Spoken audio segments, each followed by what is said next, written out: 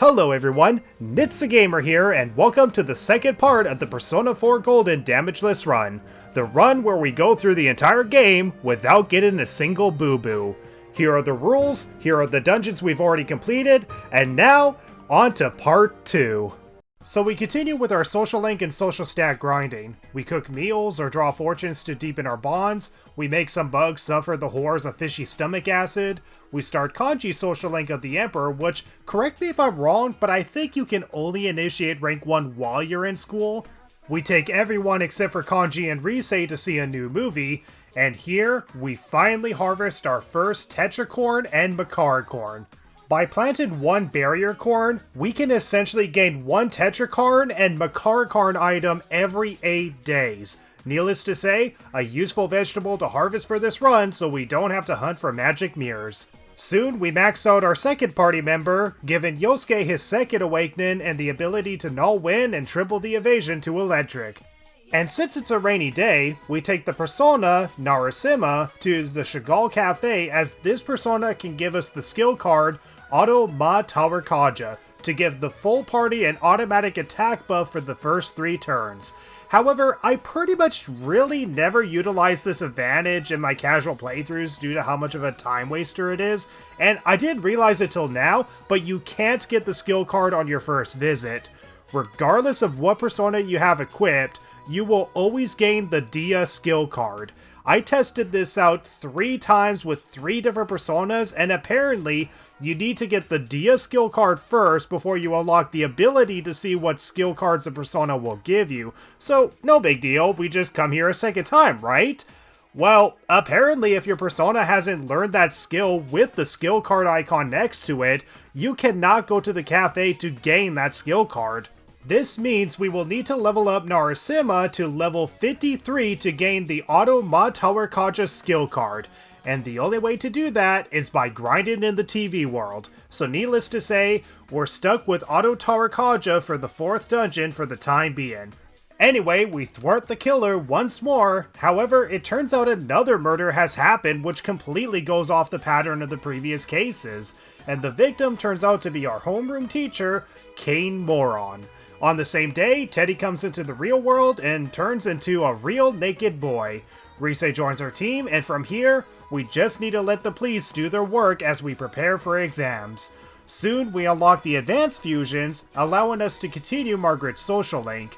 And we get the Growth 2 skill card from the shopping program, allowing us to gain half the EXP with multiple personas at the same time.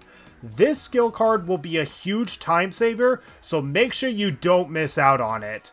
We take the time to bond with Yukiko while also studying, and we head to Chagall Cafe again, where this time we take Kingu, who can give us the Auto-sukukaja skill card. While not as useful as Tarukaja, given our full party, guaranteed hit rates with high evasion rates might prove useful later down the road. And we can purchase the skill anytime from Marie for 80,000 yen. And considering the millions of yen that I have, the expense of purchase is no concern. Seriously, doing a run like this gets you really rich. On the 17th of July, we max out our knowledge stat, allowing us to gain the best rewards out of exams and deepen our bonds further with our school social links. After exams, we automatically start Risei's social link of the Lover's Arcana and get her weakness scan ability the next day. And then, we max out Yukiko's social link, making her the 3rd maxed out party member. And by acing our exams, we can get 3 magic mirrors from the history teacher, gee, why couldn't you give me that before, you stupid teacher, and an accessory from Nanako to boost U stats by 5 points. Needless to say, looking up answers on your phone and acing exams is so worth it. Soon, we immediately see who's on the Midnight Channel without a static preview, but we got to spend 3 in-game days just to find the name of our target. After getting 2 more ranks with the Fox, since there's no other social links available, we find out that the guy on the TV is Mitsuru Kubo, and could possibly be the killer that we're trying to stop. So we stock up on the best gear and take 1 hour and 30 minutes doing persona fusions in the Velvet Room. It took so long as I had to improv and move the skill I needed around to get the right persona for Margaret's request. And after only one accidental fusion that gave me an extra 15 minutes of unnecessary progress, we fused the final requested persona and max out Margaret of the Empress. But this also gives us Trumpeter, who's going to be one of the most useful personas from this point forward. So I add growth 2 on Trumpeter and Cert, so that way when I equip one of them, the other can still gain half of the EXP. And I also need to make sure to level up Narasima to learn Auto-matarukaja so I can get the skill card for it from Chagall Cafe. Soon we enter Mitsuru's dungeon, and this dungeon is definitely one of my favorites for just the pure nostalgia and gimmick alone. And while Mitsuru is not really one of the best characters in this game, he's arguably one of the most tragic. So we hop into our spy uniforms and complete the quest as we do everything we can in this one day while leveling up everyone. Okay, so 2 of them are weak to ice. Ice is safe to use because we have null ice on Cert. Good. And then electric.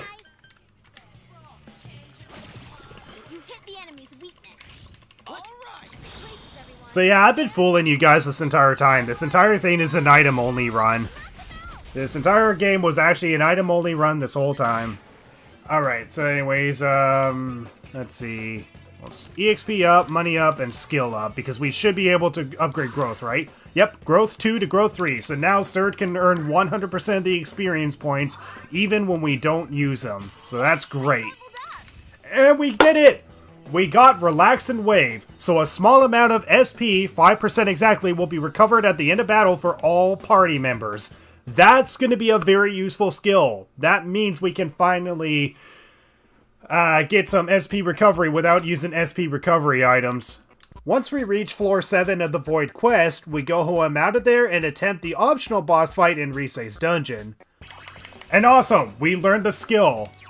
So Auto-matarukaja, and it's a skill card that we can get from Chagall Cafe. If we can get this, we can give this to every persona that we use, including Cert, and we'll be able to have every single party member start with an attack up. This is going to be an extremely, extremely useful skill. The optional boss of Risei's dungeon, the Momentary Child, is weak to ice attacks, so I brought Chie and Teddy into the fight while using Trumpeter to debilitate the enemy. A useful defense and agility debuff for the no-hit run. Enemy down. Oh, that may not be enough. Okay. I couldn't do it. Here goes, Yukiko. Oh, sweet, Twin Dragons, thank you. This will do some damage. Nice. Now, I think Augidine should be safe to use on this one. Yep. Okay, so here we go. Bufadine. Enemy down.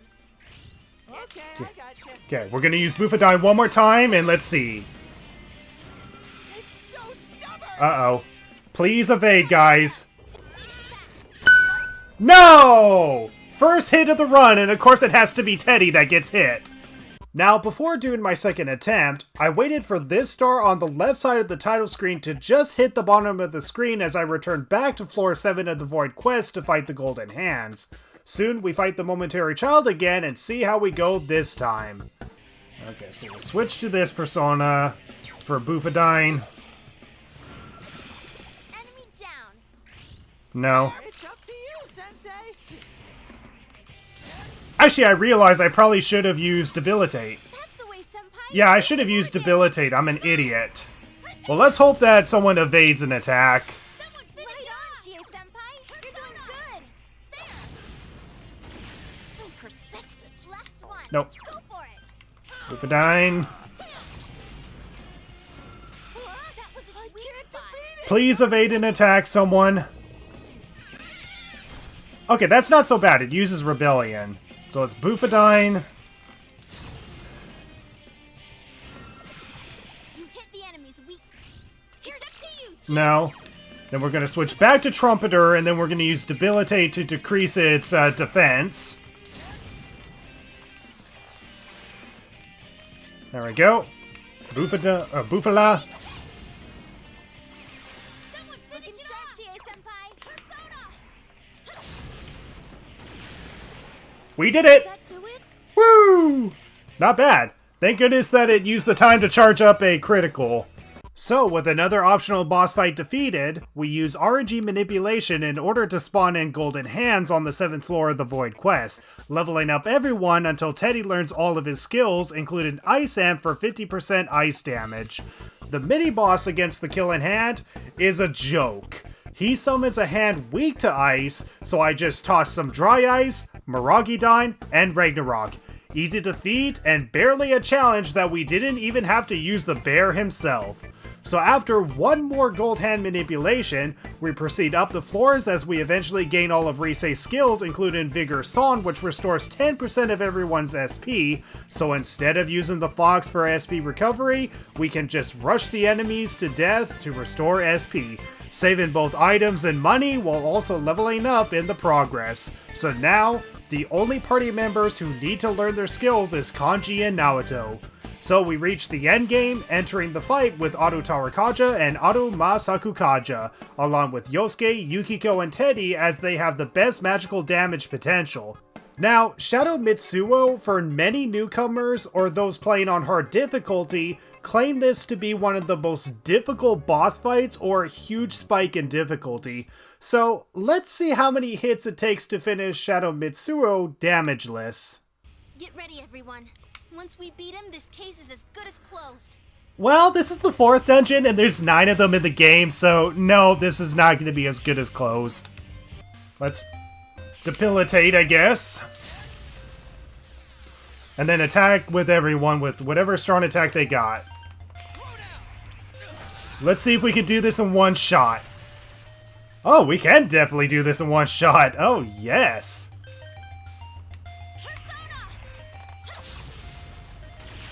Nice. Boss over. No, I'm just kidding. Let's attack.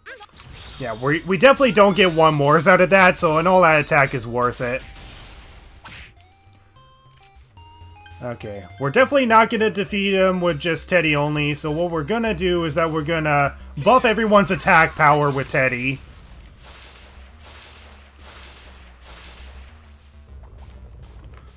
Unless he uses Damageless, goddammit. Blue wall, so resistant to electric. Nobody has electric, so that's fine. We'll use debilitate on him.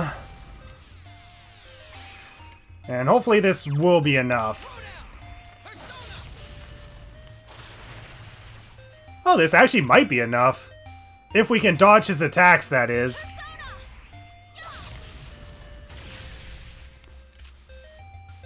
Okay, hold on. We gotta go with something else here. Let's see. We'll use a supersonic to increase everyone's evasion rate. Yeah, this song is pretty good.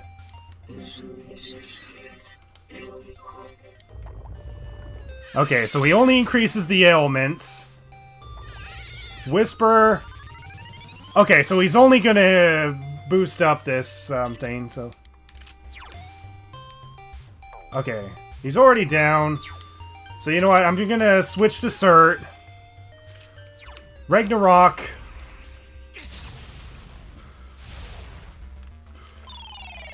Nice. Okay, all-out attack. I did heard this boss is incredibly hard. Yeah, this is apparently an incredibly hard boss in normal gameplay. But I think we got this, guys. I think we got this. This guy has not even attacked us once. And we're done! That was the easiest goddamn boss in the entire game. Holy crap. We did it, guys. Only one hit, and it was with the optional boss fight in Risei's dungeon, but we did it. Woo! Wow. That's probably not worth celebrating about because it was such an easy damn boss, but yeah, other than an attempt of an ailment, like increasing the ailment attacks, this guy did not even attack us once. That was surprisingly easy. So, we beat Shadow Mitsuo damageless first attempt, as Mitsuo claims that he murdered Kane Moron along with the announcer and Saki. We think the case is closed, but as we all know, this is only half of the game, so the fear of getting boo-boos ain't over yet. So, during our summer break, we spent our time bonding with social links, making Rise our top priority while Marie is second priority and Kanji is third priority, and I also take the time at night to actually bond with Nanako. Why? Well, I know I said the alternate personas are unnecessary from the 6 social links, as we can still gain their skills from their alternate personas from other personas. However, Nanako's ultimate persona can learn the skill Angelic Grace as a skill card at Chagall Cafe, although whether or not we use the skill determines on what happens in the second half of the run, which I still have yet to do by the time I'm scripting this, so I could be mentioning all of this and never need to use Angelic Grace.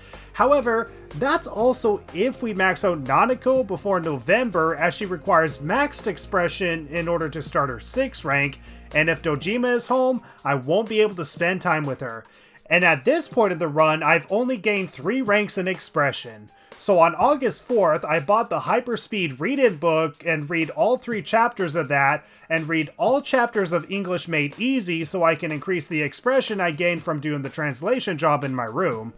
And by the end of the deadline, I equipped Narasima and finally gained the Auto-matarukaja skill card from Chagall Cafe. After the deadline, I give Marie the Auto-matarukaja skill card so I can buy it for 8,000 yen anytime.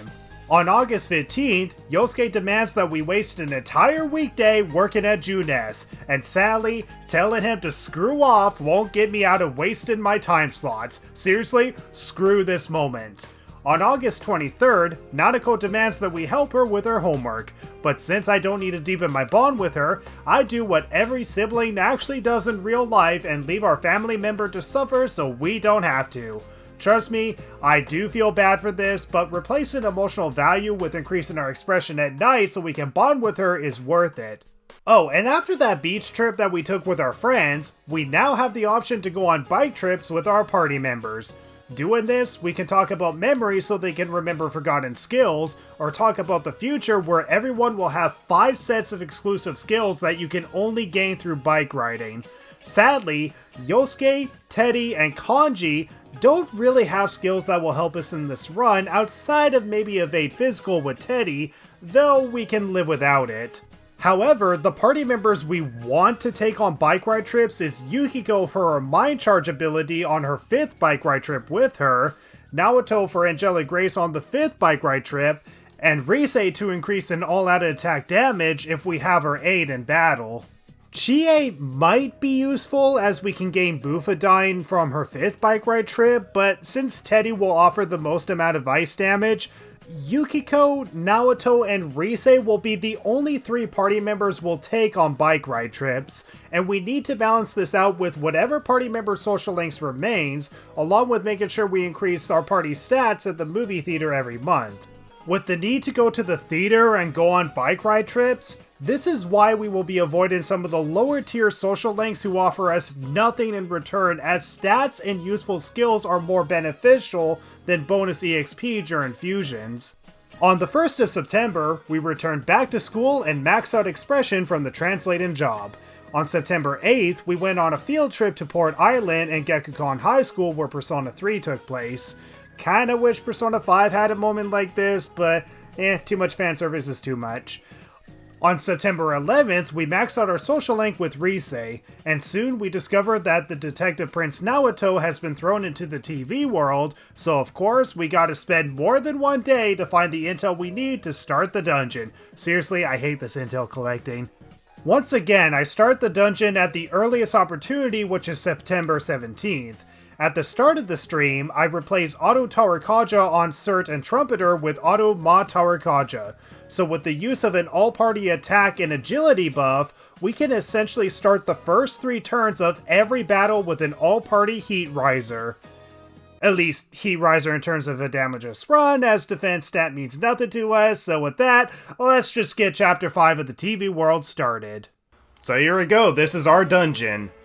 But if you've been watching my previous streams, then you know that I do more than just the main dungeon. I also do some of the quests, including the previous dungeon for the optional boss fight. Now, I want to make sure I get all optional boss fights up to Naoto's dungeon done, because all optional boss fights increase my stats and courage, and I need max courage in order to bond with Naoto. So that's what I do. Complete a few quests while making my way through both the Void Quest and Secret Laboratory with mostly Yosuke, Yukiko, and Teddy, as they will be my ultimate damage dealers for the boss fights. And for the usual strategy, it's just throwing items to down enemies, Trumpeter dropping a Meggy Doo-Doo on golden hands, or enemies that lack a weakness, and nullifying any damage that gets repelled back when using items.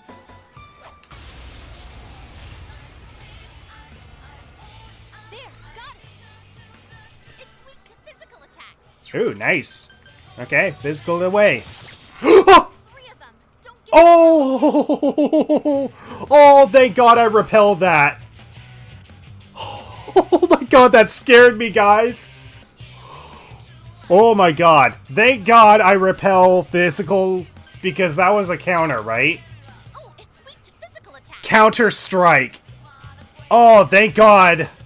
Oh, thank God I had a repel physical, or otherwise I would have taken damage there. Oh my God.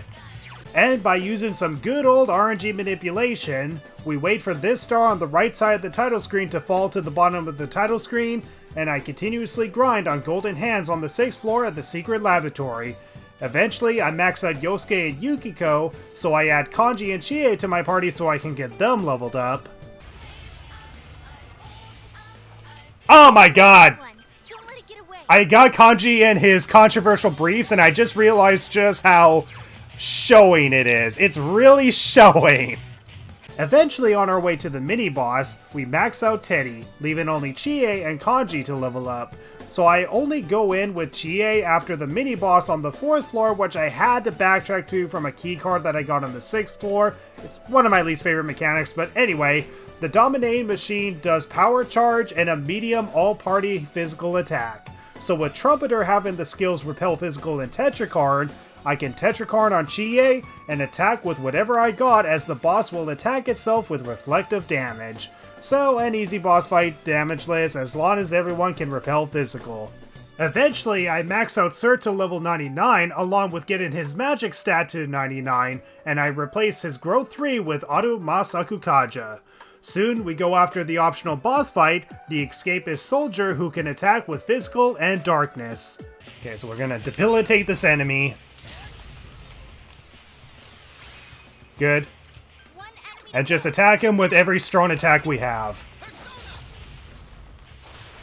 That's some thick skin. Okay, Bufadine. So everyone has an attack up, and... well, this was easy. This was an easy fight. I barely even had to look up the stats. And on my way to the bottom floor of the Secret Laboratory, we max out Trumpeter and learn all of Kanji's skills. After all that, we go find Naoto and watch the #1 cutscene that is severely taken out of context online. We find out Naoto is actually a woman pretending to be a man so she wouldn't be judged in a male-dominated workplace, and while she doesn't deny this fact, she denies the fact that she is still too young to be an adult. With her denying that she's still a child, we fight her Shadow. Shadow Naoto resists fire attacks, which of course happens to be our strongest skill. She can attack with physical and elemental skills, and to list all of what she has would take forever, but needless to say, she could be a tough boss and a potential run ender for the Damageless run, so let's see how our first attempt goes. Alright, so here we go. We're going to debilitate and lower her agility and defense, and then just attack with whatever we got. And everyone's going to have an agility and attack up. Okay, so, yeah, Bufadine. And we gotta hope that we evade the first attack, essentially. Okay, we're gonna use Fire Break, because apparently she's resistant to fire, so we're gonna use Fire Break. No, that will never do. Patience must lie still for me to drill proper holes into them. Elemental 0, and... okay, elemental resistance nullified. That's not bad. Okay, good. So we're gonna switch personas to Cert. Ragnarok. We might be able to do this, guys. Oh my god, we might be able to do this. Boopadine and... No freaking way! We did it, guys! We did the entirety of the Void Quest optional boss fight and the entirety of Secret Base without getting hit once. Nice! Not once. Yeah. So that was easy. So Naoko-kun was a girl. And you guys were saying that this was going to be hard. This was going to be hard. So, with the entirety of Secret Laboratory beaten without taking a single bit of damage once, we save Naoto and realize the case is far from over. And with 4 more dungeons to go, the boss fights to come are only going to get tougher to beat. Don't worry about the case. Just go study like a normal student. Well, I'm sorry, but I'm already maxed out on my knowledge. If you don't... Oh, what you gonna do to me? You gonna give me a spanking, Dojima? You gonna give me a spanking, even though I'm max knowledge? Well, you know what? I'm max expression, and I could max your social link out anytime, so don't run your mouth at me, you big old man! Meanie who can't be with Nautico all the time! You are a horrible uncle! Wow, I really let that out. I'm going to bed. Aha! I told you! Bye!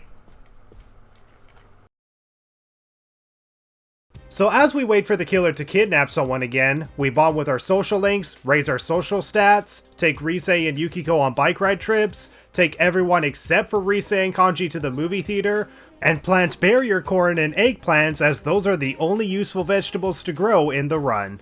On October 1st, we max out Nanako. On October 2nd, we max out Courage. October 9th, we max out Understanding.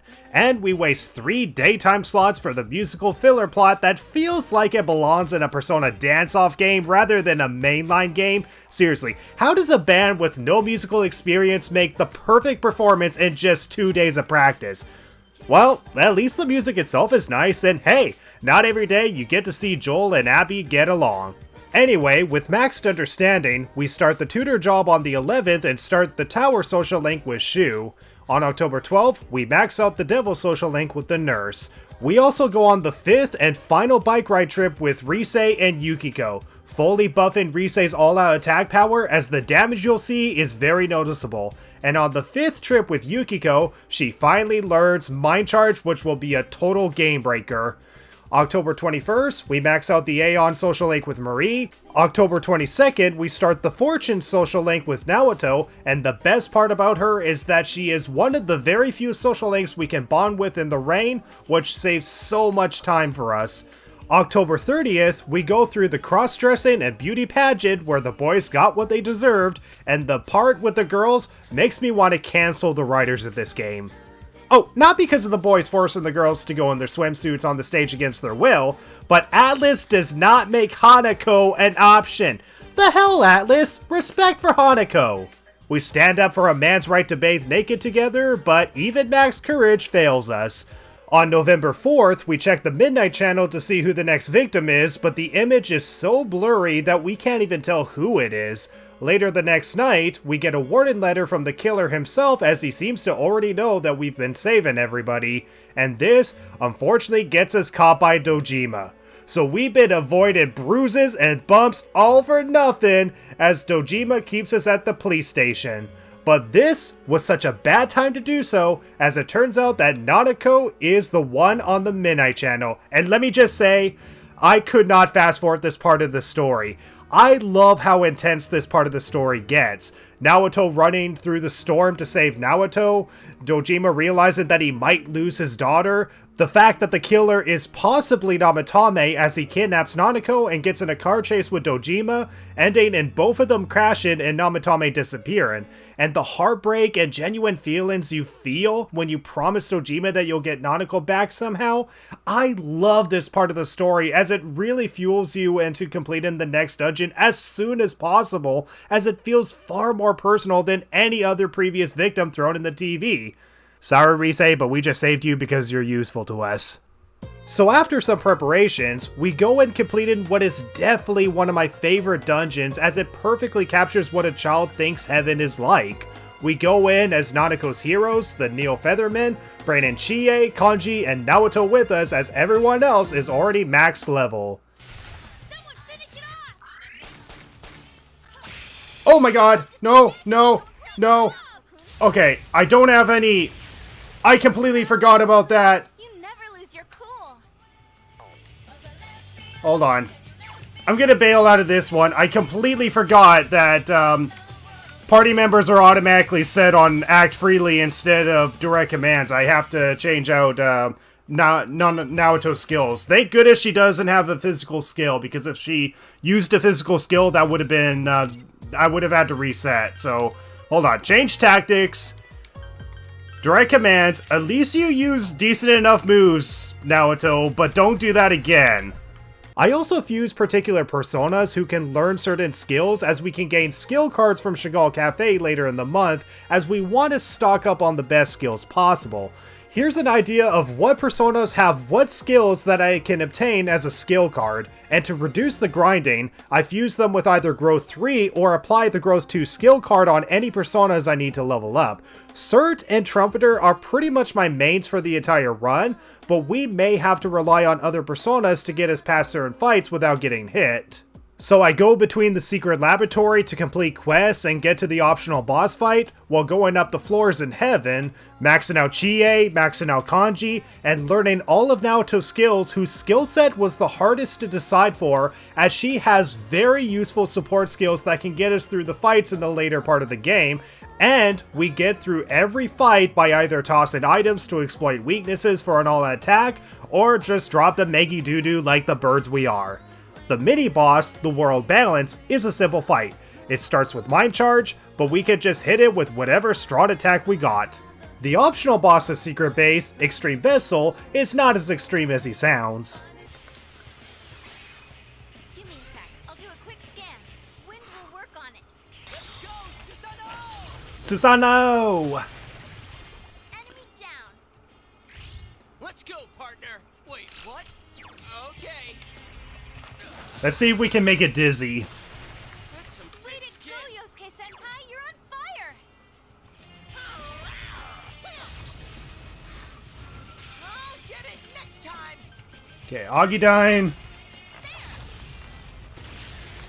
Alright, done. Phoenix Rangers, Featherman R! Okay, something on the floor. New weapon for Naoto, so let's see if that's useful or not. +5 to all stats. Okay, that is actually kind of useful. Now, as for the Heaven boss fight, we supposedly fight Namatame, but instead of fighting his shadow, he takes the form of a Japanese spirit of fog named Kunino-Sagiri. Now, this guy can attack with almost anything, and has concerning exclusive skills, including the ability to control your party members to attack you. Knowing this, I decided to go in with Chie instead of Teddy, since Teddy can't nullify ice yet till we automatically max out his social link, which won't happen until after this dungeon. And there's not much to say, I can only show what happens. Okay, so first things we're gonna do is debilitate.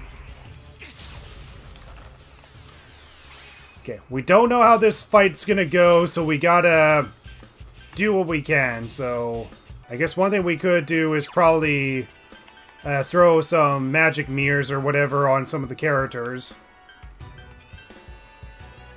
And pretty much everyone's kind of even, so I guess I'll throw a magic mirror on Yukiko. And I'll do a Garadine. So, yeah, this seems like it's going to be a pretty beefy persona, so let's Mind Charge on Yukiko. And let's see. Spirit Leech. Okay, at least that's SP loss and not HP loss. It's when he does Life Leech, which is actually a skill he does have. If he uses Life Leech, that does count as damage. So we gotta be careful. So I'm going to Mind Charge. There we go. Next thing I'm going to do is use a magic mirror on Yosuke.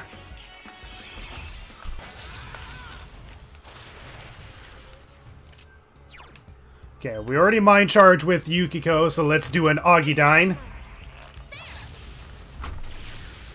Ooh, good damage. I'm going to save her. Alright. Quad convergence. Atmosphere changed. Okay. So this could be anything. So quad convergent raises the effectiveness of one random element while reducing all the others for everyone. So this is going to be troublesome because we don't know what that element is going to be. So we're going to try Ragnarok, see what this does. Yeah, it's not fire. I'll use a magic mirror. I guess on Chie. I'll try wind.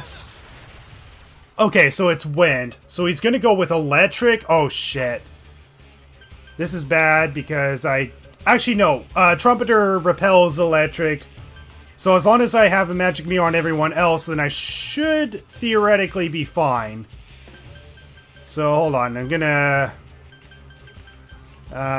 hold on. Magic... I don't really need to use a magic mirror on you because Trumpeter naturally repels electric. But I have it on you, Chie, Yukiko, and Yosuke, so I should be fine. So it's pretty much just a physical mirror. So, I use like a physical mirror. Garudine.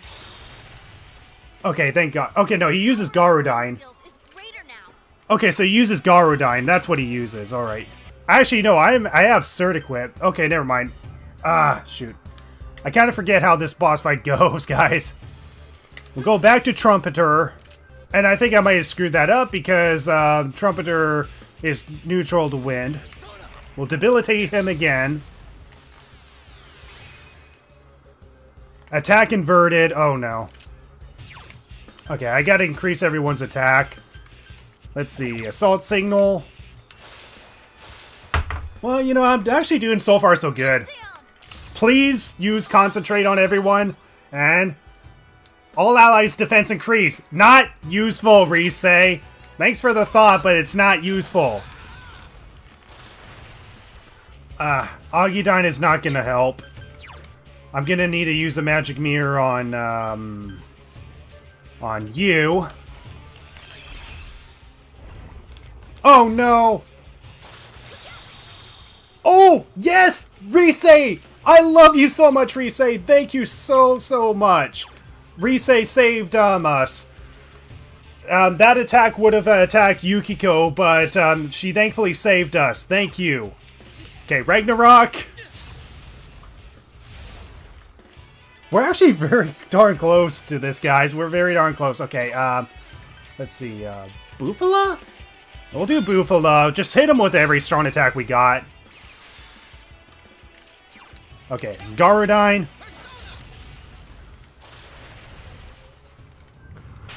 Okay, we did it in one shot. Good.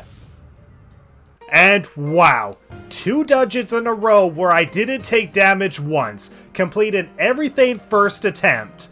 I call that good luck. Let's just hope that luck lasts us for the rest of the run. So with Nanako save and Namatame apprehended, we gain some physical mirrors through a quest. See, the quests are useful, you naysayers! And that's gonna be the end of part 2. Stay tuned for part 3 when we take on the final 3 dungeons and see if the entire game can be beaten damageless. Thank you guys so much for watching. Be sure to leave a like, comment, subscribe, and ding the bell for more Nitsa content. Check out some of my other videos, and I hope you can stay tuned for the 3rd and final part of the Damageless run. Let's find out the truth, and see if we can get through life without getting a boo-boo.